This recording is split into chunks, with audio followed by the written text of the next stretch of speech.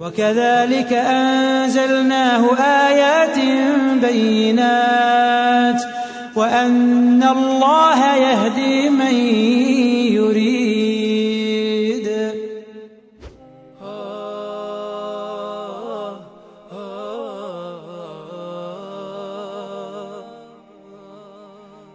Now, if there's really a God and he really knows what he created, he ought to know about ants. True? He'd have to know about ants. Did you know there's a whole chapter in this book called The Ant? What about the bee? There's a whole chapter in here called The Bee. He describes things about them that you and I would never ever imagine. We wouldn't even think about it. Even though we know today a lot about ants, they're very strong, they can carry a lot of stuff. The word of ants is very strange and wonderful. You know, if a person can look at the word of ants with an open heart and with thought and contemplation, then that alone is enough to find his creator. Now I will tell you a verse of the Quran that it contains several scientific miracles at the same time. حتى إذا أتوا على واد النمل قالت نملة يا أيها النمل ادخلوا مساكنكم لا يحطمنكم سليمان وجنوده وهم لا يشعرون. Until when they come to the valley of the ants, one of the ants said, O ants, enter your habitations, that Sulaiman and his host may not crush you while they do not know. When Solomon and his army, with hosts of men, jinns and birds, when they walked and when they approached a lowly valley of ants, one of the ants said, O ye ant, get into your habitations, lest Solomon and his army will unknowingly trample you beneath the feet. People may think, what kind of a fairy tale book is the Quran? The ants talking among themselves? It sounds like a fairy tale book.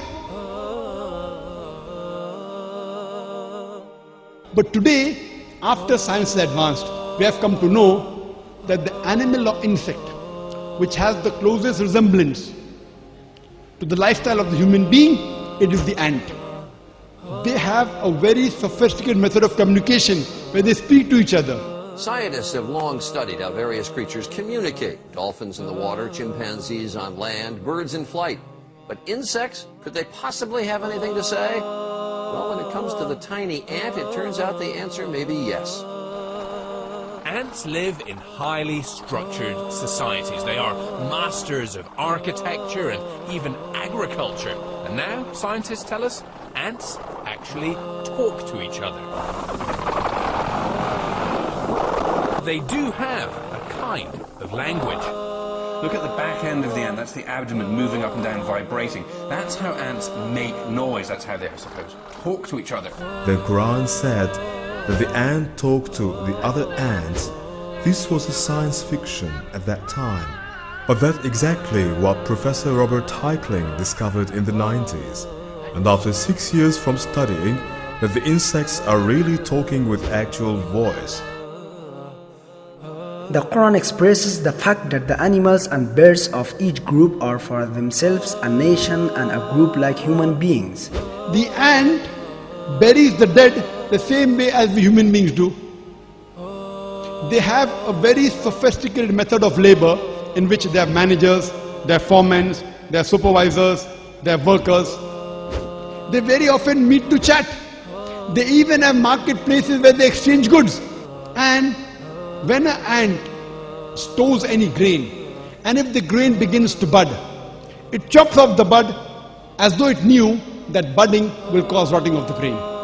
And if in monsoon, in rainy season, if the grain gets wet, the ants get it out in the sunlight to dry, as though they knew that humidity will cause root system, which will cause rotting of the grain. You know, many times we see the ant taking grain and then going in the sunlight. We wonder where they're going.